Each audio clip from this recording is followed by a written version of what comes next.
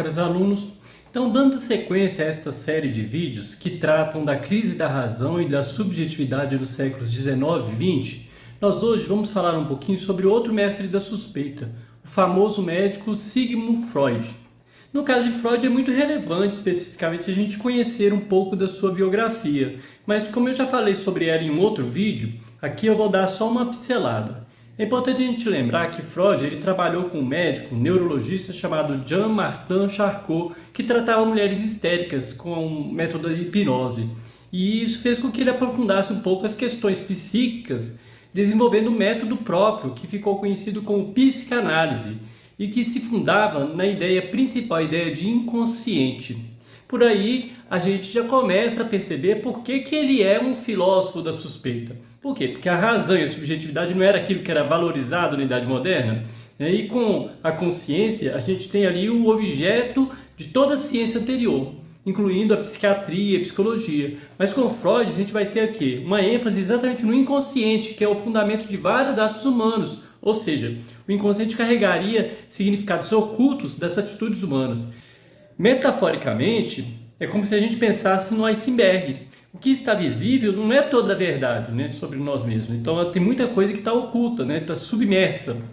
Freud ele também vai defender que existe uma natureza pulsional das atitudes humanas, que Freud vai denominar de libido, ou seja, ele traz uma compreensão de natureza sexual da conduta humana.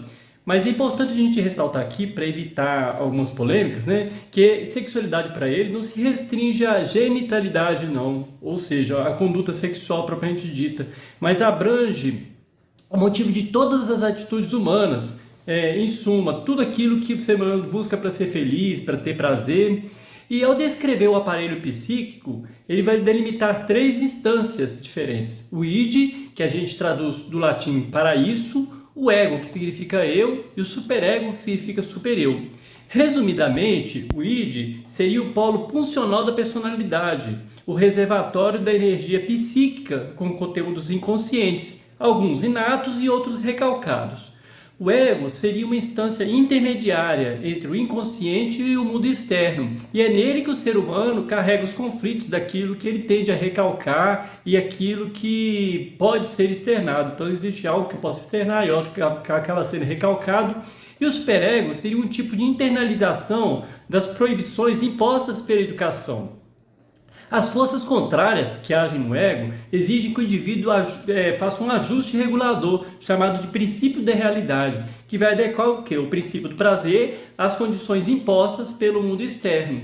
Então, quando o conflito é muito grande, por exemplo, entre o desejo e a proibição desse mesmo desejo, o ego tende a recalcá-lo, mas ele não se torna inconsciente, por isso ele reaparece na forma de sintomas que podem ter sua linguagem simbólica decifrada e pode se transformar em neuroses ou outras desordens psíquicas mais graves.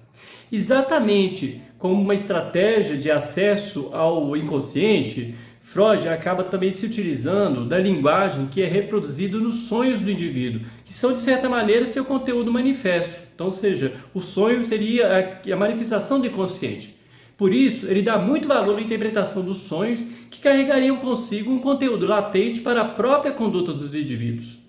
Mas é importante a gente ressaltar que não é uma interpretação padrão, como se cada sonho já tivesse um significado, tipo aquelas pessoas que sonham com uma cobra e dizem que acham que estão sendo traídas, ou sonham com um dente e acham que alguém vai morrer. Nada disso, tem nada a ver com essas superstições. Na verdade, o sonho ele não se refere a uma crendice, né? Ele é, segundo Freud, uma apresentação descoordenada de conteúdos que compõem a psique humana.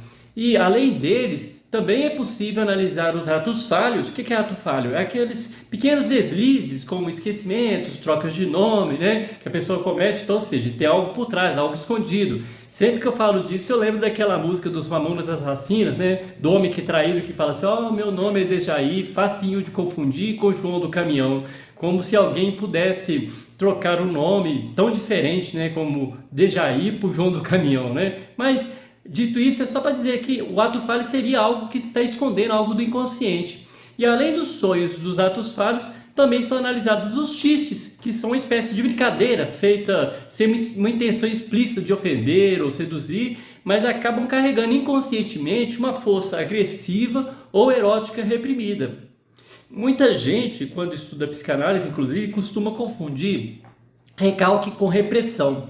É importante a gente ressaltar aqui que recalque é um processo inconsciente, como nós falamos anteriormente. Por isso, acaba gerando as neuroses. A repressão, por outro lado, é um processo consciente daquela pessoa que reprime seus desejos.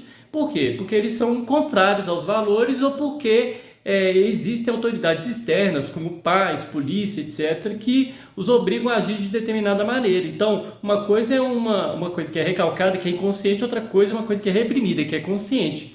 Mas existe um outro conceito que também expressa a reação do ego quando ele se defronta com esses conflitos, que é a chamada sublimação. Sublimação é como se fosse uma válvula de escape do indivíduo. É quando o indivíduo deixa de buscar um determinado prazer proibido e o substitui por outras coisas, né? Como, por exemplo, a criação artística, uma investigação intelectual, ou quando ele se dedica a uma atividade muito valorizada pelas pessoas, né? Hoje, a gente poderia, inclusive, incluir nessa sublimação até mesmo aquelas pessoas envolvidas em destaque nas redes sociais. Também, às vezes, existe um certo tipo de sublimação ali, né? Em suma, tudo isso demonstra como que para Freud o inconsciente ele tem um papel preponderante no conhecimento do indivíduo, fazendo com que a razão e a consciência que eram tão valorizados, né, na Idade Moderna se tornassem objeto de questionamento. Mas há filósofos, inclusive uma brasileira, Marilene Chaui, que vão sustentar que descobrir a existência do inconsciente não é esquecer a consciência ou esquecer a razão, né, e abandoná-las como algo ilusório e inútil, porque é pela consciência e pela razão que nós desvendamos e deciframos o inconsciente. Ou seja, se existe uma crise da razão, né, paradoxalmente, é só através da própria razão que é possível superar essa crise da razão, né? Então é basicamente isso. Eu espero que tenha sido claro. Até a próxima aula.